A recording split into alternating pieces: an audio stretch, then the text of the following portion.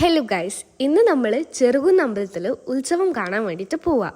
പകുതി വരെ ബസ്സിൽ പോകണം. അവിടെ നിന്ന് അങ്ങോട്ടാണ് ഫ്രണ്ട്സ് പിക്ക് ചെയ്യാൻ വേണ്ടിയിട്ട് വരുന്നത്. ഇന്നലത്തെ ന്യൂസ് നിങ്ങളെല്ലാവരും കണ്ടിട്ടുണ്ടാവും, ചെറുകുന്ന് ആന ഇടിഞ്ഞത്. പക്ഷേ ഞാൻ മിഞ്ഞാന്നാന്ന് പോയിട്ടുണ്ടായേ. അപ്പോൾ ആടെ കാര്യമായിട്ട് പ്രശ്നമൊന്നും ഉണ്ടായിട്ടില്ല.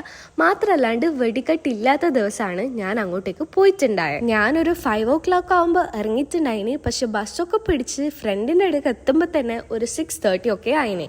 പിന്നെ അവിടുന്ന് ചെറുകുന്നേക്ക് പോവാന്ന് പറഞ്ഞാൽ എന്നും കുറച്ച് ഓടാനുണ്ട്.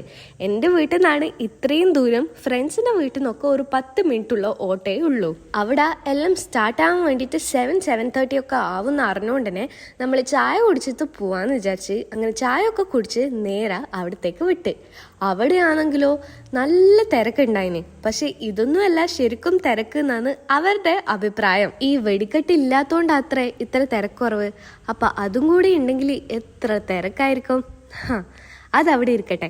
ഞാൻ ആദ്യമായിട്ടാണ് ആനയൊക്കെ ഉള്ള ഉത്സവത്തിന് പോകുന്നത്. മുന്നേ തെയ്യത്തിനൊക്കെ പോവാറുണ്ടെങ്കിലും ആനേനൊക്കെ കൊണ്ടുവന്ന ഒരു ഉത്സവം ഞാൻ ആദ്യമായിട്ട് കാണുന്ന പോലെ എനിക്ക് തോന്നുന്നു.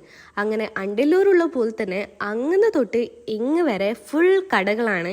എവിടെയാ കയറണ്ടേ, അല്ലെങ്കിൽ കയറിയാലും തീരില്ല. അങ്ങനെ അതൊക്കെ കണ്ടതിന് ശേഷം നേരെ തിരിച്ചു വീട്ടില്. അപ്പോൾ ഓക്കെ ബൈ.